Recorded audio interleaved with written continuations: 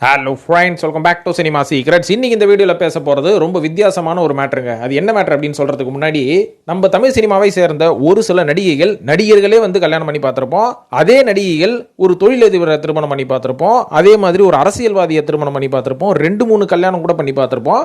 ஆனால் இந்த லிஸ்ட்டில் நான் பேச போகிறது இதே மாதிரி நடிகைகள் பணக்கார பிரபலங்களுக்கு 2வது மனைவியை வாக்கப்பட்ட கதைலாம் இருக்குது. அது என்னன்றது தான் தெள்ள தெளிவாக அந்த பதிவில் நம்ம பேச போகிறோம்ப்பா. ஸோ இதுக்கு மேலே இன்ட்ரடக்ஷனை வளவலன்னு வளர்க்காம நேராக விஷயத்துக்கு போகுமா? ஸோ அதாவது இந்த லிஸ்ட்டில் நான் முதலாவதாக சொல்ல போகிறது நம்ம வரலட்சுமி அவர்கள் மற்றும் அவர்கள் திருமணம் செய்த நிக்கோலாய் சச்தேவ் அப்படின்றவர் தான். நிக்கோலாய் சச்தேவ் அவர்களுக்கு வரலட்சுமி அவர்கள் முதல் மனைவி அல்ல.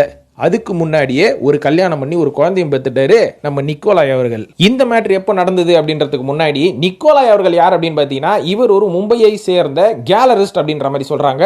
ஆர்ட் கேலரி வச்சு நத்தினுக்கிறாராம். அதாவது செவுத்துல சுண்ணாம்பு அடிக்கிறதுக்கு பதிலாக சேத்த வாரி அடிச்சா மாதிரி ஒரு பெயிண்டிங்கை வந்து பிரேம் போட்டு விற்பாங்க பார்த்தீங்களா, கோடி கணக்கில். அந்த பிஸ்னஸ் அதை பார்த்தா நம்மளுக்கு ஒன்றுமே புரியாது, ஆனால் விஷயம் தெரிஞ்சவங்களுக்கு நல்லாவே புரியும். ஸோ ஒரு ஆர்ட்டும் பார்த்தீங்கன்னா 1 கோடி 2 கோடி அப்படின்ற அளவுக்கு மதிப்புடையதுபா.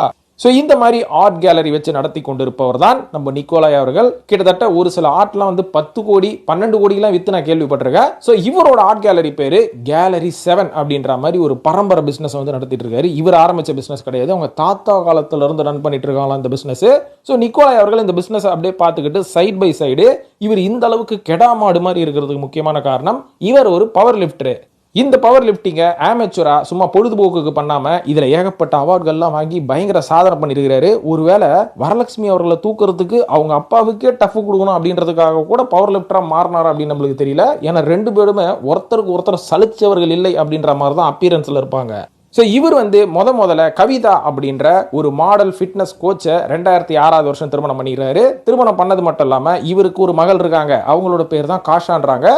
ஸோ அப்போ பொண்ணையும் கெடுத்து விட்டா மாதிரி நீயும் வா பவர் லிஃப்டிங் பண்ணுன்னு பொண்ணையும் வந்து பவர் லிஃப்டராக இருக்கிறாரு. இந்த பொண்ணு கோல்டு மெடல்லாம் அடிச்சுக்குது. அடிச்சதுக்கப்புறம் பொண்ணை வந்து நல்லபடியாக வளர்த்து கொண்டிருக்கிறார். ஆனால் அவரோட முதல் மனைவியோடு இவருக்கு ஏதோ ஒரு கருத்து வேறுபாடு ஏற்பட்ட உடனே இவரோட மொத்த கவனமும் வரலட்சுமி மேலே போய்க்குது. எதனால சம்பந்தமே இல்லாமல் கருத்து வேறுபாடு ஏற்படுது அப்படின்ற மாதிரி கேட்டீங்கன்னா, வேற ஒன்றும் இல்லை, வரலட்சுமி கூட 2010 வருஷம் இவர் கிளிகிளி பிலிபிலி அப்படின்ற மாதிரி ஒரு ரிலேஷன்ஷிப்ல இருந்தாரு. அப்படி ஃப்ரெண்ட்ஷிப்பாக இருந்து இவங்க 2 பேரும் காதல் வயப்பட்டு விட்டார்கள் அப்படின்ற ஒரு மேட்டர் கேள்விப்பட்டோன்னு தான் இவரோட முதல் மனைவியான கவிதா அவர்களுக்கு வயிறு பத்திச்சான். அதனால காண்டா இப்போ இனிமேல் கூட வாழ முடியாது, நீ வேற ஒரு பொண்ணு கூட சுத்தி நிகரல, போ அது கூட போய் சுத்து அப்படின்ற மாதிரி சுத்த விட்டாங்க.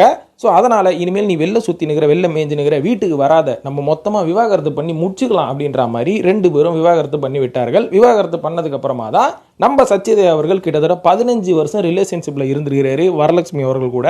அதுக்கப்புறம் வரலட்சுமி அவர்களும் ஒரு சின்ன காதல் தோல்வியில இருந்தாங்க இல்லையா.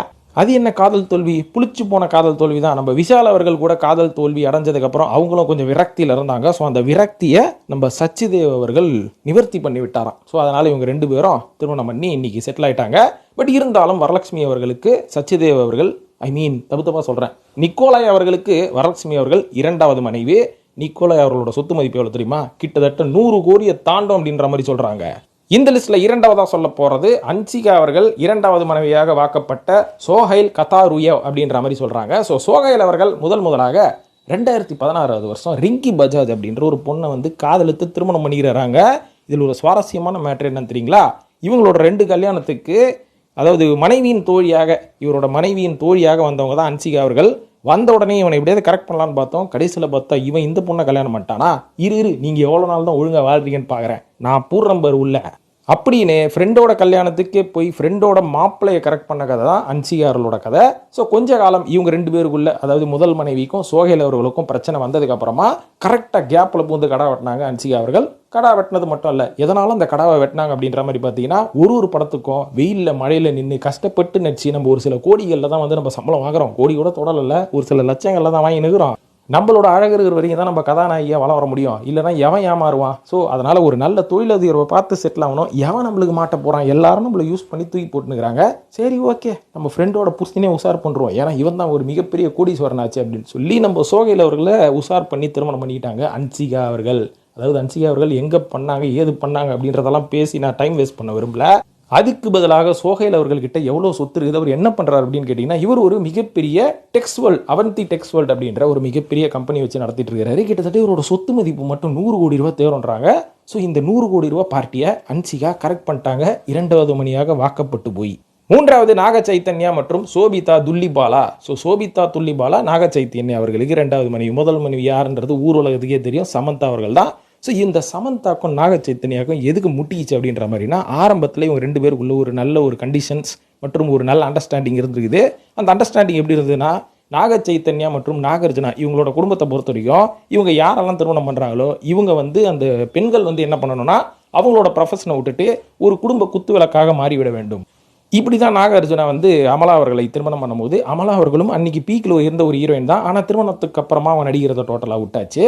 அதே மாதிரி தான் நாக சைத்தன்யா அவர்களும் சமந்தா அவர்கள்கிட்ட ஒரு கண்டிஷன் பேசி கூட்டின்னு வந்திருப்பாரு. ஆனால் இல்லை, அந்த டைமில் இவங்களோட கண்டிஷன்ஸ் எல்லாம் இவங்க பிரேக் பண்ணிவிட்டு, ஓகேம்மா நீ வா, நீ கல்யாணம் பண்ணிட்டு வா, நீ நடிகிற விஷயத்துலையும் கொஞ்சம் கவனம் செலுத்து அப்படின்ற மாதிரி ஃபஸ்ட்டு பர்மிஷன் கொடுத்துட்ருக்காங்க. அதுக்கப்புறம் இந்த பர்மிஷனை கொஞ்சம் ஓவர் யூஸ் பண்ணிட்டாங்க அப்படின்ற மாதிரி சொல்லப்படுது சமந்தா. இதனால இவங்க குடும்பத்துக்குள்ளே ஏகப்பட்ட பிரச்சனை. அந்த பிரச்சனையின் காரணமாக இது ஒத்து வராது அப்படின்ற மாதிரி சமந்தாவும் நாக சைத்தன்யாவும் மியூச்சுவலாக பிரிஞ்சுட்டாங்க. பிரிஞ்சதுக்கப்புறம் 200 கோடி ரூபா தரேன் வச்சுக்கிறியா அலுமினியா அப்படின்னு கேட்டதுக்கு வேணான்னு சொல்லிட்டாங்களாம். இதெல்லாம் நம்புற மாதிரி அங்கே இருக்குது. என்னதான் நீங்கள் கோடியில் சம்பாரிச்சாலும் 200 கோடி ரூபா சும்மா வருதுன்னா விட முடியுமா? ஆனால் இவங்க விட்டாங்க அப்படின்னு ஒரு பக்கம் மீடியா சும்மா உட்காந்து கதறி இருந்தாங்க. இது உண்மையாக போய் நம்மளுக்கு இன்னி வரைக்கும் தெரியாது. இதுக்கப்புறம் சும்மா இருப்பாரா நாக சைத்தன்யா? அடுத்ததாக ஏதாவது ஒரு பொண்ணை வளைச்சு போடு அப்படின்னு சொல்லி வளைத்து போட்ட பெண் தான் சோபிதா துல்லிபாலா அப்படின்ற மாதிரி சொல்கிறாங்க. சோபிதா துல்லிபாலாவும் வளர்ந்து வரும் ஒரு நடிகை தான், ஆந்திரா பொண்ணு தான். அந்த பொண்ணு இப்போ திருமணம் ஆகிவிட்டது இரண்டாவதாக நாக சைத்தன்யா அவர்களுக்கு. நாக சைத்தன்யா அவர்களுக்கு எவ்வளவு சொத்து இருக்குது அப்படின்ற மாதிரி கேள்விப்பட்டால், மொத்தமாக இவங்களோட எம்பையரை 3000 கோடி ரூபா சொத்து இருக்குதான்ப்பா. இந்த அளவுக்கு வசதியான ஒரு ஆண்மகனை கரெக்ட் பண்ணி கல்யாணம் பண்ணி விட்டார் சோபிதா. நான்காவது நடிகை கீர்த்தி சுரேஷ் அவர்கள் சமீபத்தில் ஆண்டனி தட்டில் அப்படின்ற திருமணம் பண்ணும்போது பல பேருக்கு தெரியாத ஒரு மேட்ரு, சில பேருக்கு தெரிஞ்ச மேட்ரு. ஆண்டனி தொட்டில் அவர்களுக்கு கீர்த்தி சுரேஷ் இரண்டாவது மனைவி. தெரியுமா அது உங்களுக்கு? இப்போ சொல்கிறேன் எப்படின்னு. அதாவது முதல் முறையாக ஆண்டனி தட்டில் அவர்கள் ஒரு பெண்ணை திருமணம் பண்ணி, அந்த பெண்ணின் பேர் மேரி தட்டில் அப்படின்ற மாதிரி சொல்கிறாங்க. அவங்கள தான் திருமணம் பண்ணாங்க. திருமணம் பண்ணதுக்கு அப்புறமா இவங்க ரெண்டு பேருக்குள்ள கருத்து வேறுபாடு ஏற்பட்டு பிரிந்து விட்டார்கள். அந்த கருத்து வேறுபாடுக்கு காரணம் என்ன? ஏற்கனவே வரலட்சுமி கதையில் சொன்னது தான். அது என்னன்னா, எல்லாம் நல்லா போயிட்டு இருக்கோம். இந்த மனுஷன் கொச்சியில் பிஸ்னஸ் மேனு, துபாயில் பிஸ்னஸ் ஒன்று ரன் பண்ணிட்டு இருக்கிறாரு. சென்னை கொச்சியிலலாம் ரெசார்ட்டு கம்பெனிஸ் எல்லாம் வச்சு நடத்திட்டு இருக்கிறாரு. நல்ல கோடீஸ்வரன். இந்த ஆளுகிட்டையும் பார்த்தீங்கன்னா கிட்டத்தட்ட ஒரு 150 கோடி ரூபா சொத்து இருக்கு. இவரோட ஸ்கூல் ஃப்ரெண்டு தான் கீர்த்தி சுரேஷ். இவங்களுக்குள்ள கருத்து வேறுபாடு ஏன் ஏற்பட்டுச்சு அப்படின்றத சிம்பிளாக சொல்லிடுறேன். கிட்டத்தட்ட 14 வருஷமாக கீர்த்தி சுரேஷும் ஆண்டனி அவர்களும் லவ்வர்ஸ் ஆகிறாங்களாம். எப்படின்னு பாருங்களேன். இந்த ரிலேஷன்ஷிப் கூட ஆண்டனி அவர்களோட மனைவி மேரி அவர்களுக்கு தெரிய வந்தனால கூட இவங்களுக்குள்ள கருத்து வேறுபாடு ஏற்பட்டு பிரிஞ்சிருக்கலாம். இதுவும் ஒரு காரணம் அப்படின்ற மாதிரி சொல்லப்படுது. இருந்தாலும் கீர்த்தி சுரேஷ் அவர்கள் ஆண்டனி அவர்களுக்கு இரண்டாவது மனைவியாக போனதுக்கு இன்னொரு காரணம், ஆண்டனி அவர்கள்கிட்ட 150 கோடி ரூபா சொத்து இருக்குதான்ப்பா. இப்போ அடுத்ததாக ஐந்தாவதாக சொல்ல போகிறது ஊர் உலகத்துக்கே தெரிஞ்ச ஸ்ரீதேவி மற்றும் போனி கபூர் அவர்களின் கதை. போனி கபூர் அவர்களுக்கு ஸ்ரீதேவி அவர்கள் இரண்டாவது மனைவியை தான் போனாங்க. ஆனால் முதல் தடவையாக இவங்களோட காதல் எப்போ மலர ஆரம்பிச்சது அப்படின்ற மாதிரி பார்த்தீங்கன்னா 1996 போனி கபூர் அவர்களோட ப்ரொடக்ஷனில் மிஸ்டர் இந்தியா அப்படின்ற ஒரு படத்துக்கு காஸ்டிங் பண்ணிட்டு இருந்திருக்கிறாங்க. அந்த நேரத்தில் தான் முதல் தடவையாக ஸ்ரீதேவி அவர்களை அவர் பார்க்குறாரு, நேரில் பார்க்குறாரு. அதுக்கு முன்னாடி தமிழ் படங்கள்லாம் பார்த்து இவங்க மேலே ஒரு க்ரஷில் இருந்திருக்காரு. அதுக்கப்புறம் நேரில் பார்த்தோன்னா தான் இந்த பொண்ணை எப்படியாவது உசார் பண்ணி கல்யாணம் பண்ணிடணும், பார்க்கறதுக்கு ரொம்ப அழகாக இருக்குது அப்படின்ற மாதிரி ரொம்ப அட்ராக்ட் ஆகிருக்கிறாரு.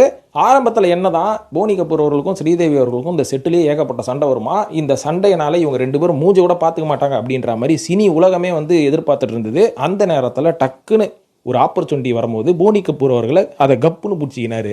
அது என்ன ஆப்பர்ச்சுனிட்டின்னு பார்த்தீங்கன்னா, ஸ்ரீதேவி அவர்களோட அம்மாவுக்கு உடல்நிலை சரியாமல் இருந்து அதுக்கப்புறம் அவங்க இறந்ததுக்கு அப்புறமா ஸ்ரீதேவி அவர்கள் மிகவும் தனிமையாயிட்டாங்களாம். அந்த நேரத்தில் இவர் தான் போய் சப்போர்ட் பண்ணியிருக்கிறாரு, தங்கறதுக்கு வீடு கொடுத்துருக்கிறாரு. அது மட்டும் இல்லாமல் 1996 மும்பையில் பாம் பிளாஸ்ட் நடக்கும்போது ஸ்ரீதேவி அவர்களுக்கு இவரோட வீட்டிலேயே அடைக்கலம் கொடுத்து பாதுகாப்பாக இருங்க அப்படின்ற அளவுக்கு கேரிங் பண்ணிக்கிறாரு. இந்த கேரிங்கை பார்த்து மயங்கினதுக்கு அப்புறமா ஸ்ரீதேவி அவர்கள் கட்டினா இவனை தான்டா கட்டணும் அப்படின்ற மாதிரி ஒரு முடிவு பண்ணிட்டாங்களாம். ஆனால் இவனுக்கு முதல் பொண்டாட்டி இருந்தாருன்னா 15 பொண்டாட்டி இருந்தாருன்னா எனக்கு அதை பற்றி கவலை இல்லை, ஆனால் இவன் தான் என்னோட கணவர் அப்படின்ற மாதிரி முடிவு பண்ணிட்டுக்கிறாங்க. ஆனால் இவர் ஸ்ரீதேவி அவர்களுக்கு கொக்கி போடுறதுக்கு தான் இந்த வேலையெல்லாம் பார்த்துருக்கிறாரு அப்படின்றது ஸ்ரீதேவிக்கு இன்னி வரைக்கும் தெரிஞ்சதா இல்லையா நம்மளுக்கு தெரியல. இருந்தாலும் போனி கபூர் அவர்களுக்கு முதல் மனைவி மோனா கபூர், அவங்களுக்கு 2 பசங்களும் இருக்கிறாங்க. இத்தனையும் ஒரு குடும்பத்தை வச்சுக்கிட்டு தான் இந்த செல்லவாரி வேலை பார்த்துக்கிறாரு இவர். பட் இருந்தாலும் என்ன பண்ணுறது, ஏதோ ஒன்று பண்ணிட்டாங்க, திருமணம் பண்ணிட்டாங்க. இன்றைக்கி ஸ்ரீதேவியும் நம்ம கூட இல்லை. அவங்கள பற்றி நம்ம பேசி எந்த பிரயோஜனமும் இல்லை, பேசவும் வேண்டாம். இப்படியும் சரித்திரத்தில் ஒரு விஷயம் நடந்தது அப்படின்றத நான் சொல்லிக்கிறேன். இருந்தாலும் போனி கபூர் அவர்களோட கரண்ட்டு சினாரியோ என்ன சொத்து மதிப்புன்னு பார்த்தீங்கன்னா 150 கோடி ரூபாய்க்கு மேலே இருக்கும் அப்படின்ற மாதிரி சொல்கிறாங்க. இப்போ இவரை தொடர்ந்து 6வதாக சொல்ல போகிறது நாக சைத்தன்யாவை பேசியாச்சு, நாகார்ஜுனா மற்றும் அமலாவை பற்றி பேசலாம். அப்படிங்க கிட்டத்தட்ட 1984 நாகார்ஜுனா அவர்கள் முதல் தடவையாக முதல் மனைவியை திருமணம் பண்ணார். என்னையா சொல்ற, முதல் தடவையாக முதல் மனைவியாயோ, என்னையா குழப்புற? உடுங்க வித்தியாசமாக இருக்கட்டும்னு சொல்கிறேன். லக்ஷ்மி தகுபாதி அப்படின்றவங்கள தான் 1984 நாகார்ஜுன அவர்கள் திருமணம் பண்ணார். ஸோ இவங்க யாருன்னு பார்த்தீங்கன்னா ராணா மற்றும் வெங்கடேஷ் ஃபேமிலி பார்த்தீங்களா, அந்த மாதிரி ஒரு மிகப்பெரிய குடும்பத்திலிருந்து, அந்த தகுபாதி குடும்பத்திலிருந்து வந்தவங்க. ஸோ இவங்களை திருமணம் பண்ணதுக்கப்புறம் இவங்களுக்கு பிறந்தவர் தான் நாக சைத்தன்யா அப்படின்ற மாதிரி சொல்லப்படுது. இவங்களுக்கும் கருத்து வேறுபாடா? என்ன கருத்து வேறுபாடு? ஏதாவது ஒரு நடிகை உள்ள பூந்திருக்கும், அதான் பூந்தாச்சு. அமலா அவர்கள் பூந்தாச்சு. ஏன்னா அமலா அவர்கள் கூட இவர் ஒர்க் பண்ணும்போது அவங்களுக்கும் இவருக்கும் வந்து ஒரு சில அண்டர்ஸ்டாண்டிங் வந்து தான். அதுக்கப்புறம் அமலா அவர்களோட பஞ்சுவாலிட்டி, கமிட்மெண்ட் இதெல்லாம் பார்த்தோன்னா அமலா வந்து எவ்வளோ டிசிப்ளினான ஒரு பொண்ணாக இருக்குச்சே, இந்த மாதிரி ஒரு பொண்ணை தாண்டா நான் இரண்டாவதாக தேர்ந்தேன் அப்படின்ற மாதிரி இவங்களை பார்த்து ப்ரப்போஸ் பண்ணி கிட்டத்தட்ட 1992 திருமணம் பண்ணி விட்டார் அமலா அவர்களை அப்படின்ற மாதிரி சொல்லப்படுது. ஸோ அவங்களுக்கு வந்து அக்கில்ன்ற ஒரு பையன் இருக்கிறான். ஸோ அமலா அவர்கள் அதுக்கப்புறம் படத்துலலாம் நடிக்கிறத நிறுத்திட்டாங்க. இருந்தாலும் நாகார்ஜுனா கிட்ட எவ்வளோ சொத்து இருக்கும் அப்படின்ற மாதிரி பார்த்தீங்கன்னா, ஏற்கனவே சொன்ன பார்த்தீங்களா, 3000 கோடி ரூபா எம்பையர்.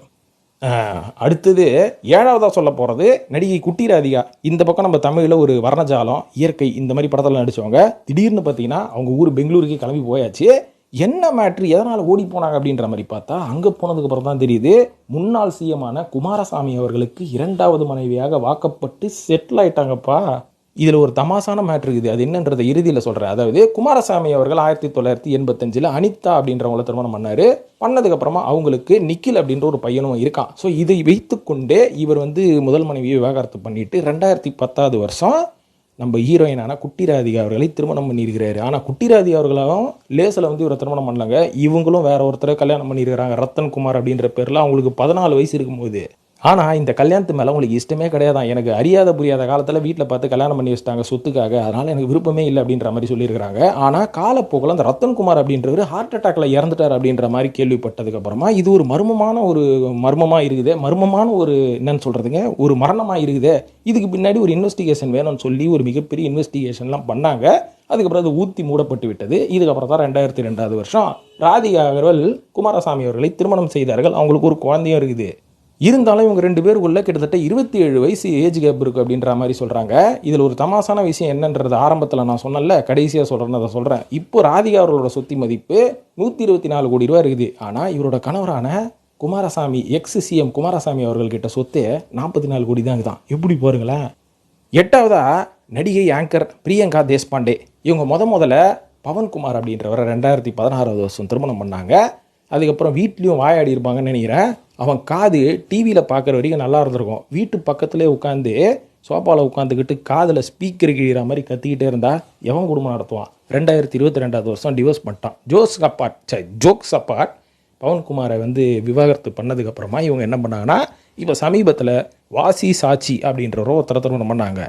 என்னையா பேர் இது, வாசி சாட்சி? ஒன்றும் இல்லை, ஸ்டைலாக வச்சுக்கினார் போல இருக்குது. ஃபுல்லாக வந்து நம்ம விளக்கி பார்த்தா தான் தெரியும் வெங்கடாஜலபதி சுப்பிரமணியனா அப்படின்றது நம்மளுக்கு தெரியல. அவர் வந்து சுருக்கி ஸ்டைலாக வச்சுக்கிட்டார். ஏன்னா அவரோட ப்ரொஃபஷன் அந்த மாதிரி. ஏன்னா இவர் ஒரு பாப்புலர் டிஜேவா, ஒரு மிகப்பெரிய ஆண்டர்பனர் அப்படின்ற மாதிரி சொல்கிறாங்க. அது மட்டும் இல்லாமல் ஒரு ஈவென்ட் கம்பெனி கிளிக் 187 அப்படின்ற ஒரு கம்பெனியை வச்சிருக்கிறாரு. ஸோ நல்ல சொத்துக்கார பார்ட்டி அப்படின்ற மாதிரி சொல்லப்படுது. ஸோ அதனால் இப்போ வந்து பிரியங்கா அவர்கள் இவருக்கு 2வது மனைவியாக வாக்கப்பட்டு விட்டார்கள். இவருக்கும் இவரோட முடி நரைச்ச கதையெல்லாம் வச்சு நம்ம ஃப்ளாஷ்பேக் ஓட்டி பார்த்தா இவருக்கும் ஏதாவது ஒரு மனைவி இருந்திருக்கும்.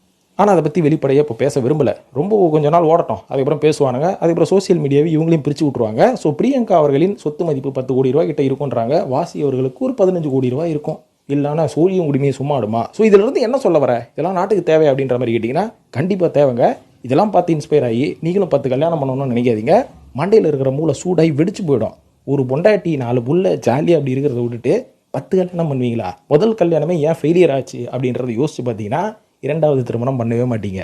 இதை சொல்லிக்கிட்டு இந்த வீடியோ முடிச்சுக்கிற நண்பர்களே, நான் சொன்ன அந்த கடைசி மெசேஜ் ஷார்ட்டாக இருந்தாலும் அதை நல்லா யோசிச்சு பாருங்கள். ஏகப்பட்ட லாஜிக் அதுக்குள்ளே இருக்குது அப்படின்னு சொல்லி இந்த வீடியோ முடிச்சுக்கிறேன். இந்த வீடியோ பார்த்ததுக்கு நன்றி. இது பற்றிய கருத்துக்களை கமெண்ட்டில் போட்டு வழக்கம் போல் சினிமா சீக்கிரட்ஸையும் சப்ஸ்கிரைப் பண்ணிட்டு ஃபாலோ பண்ணுங்கள் நண்பர்களே.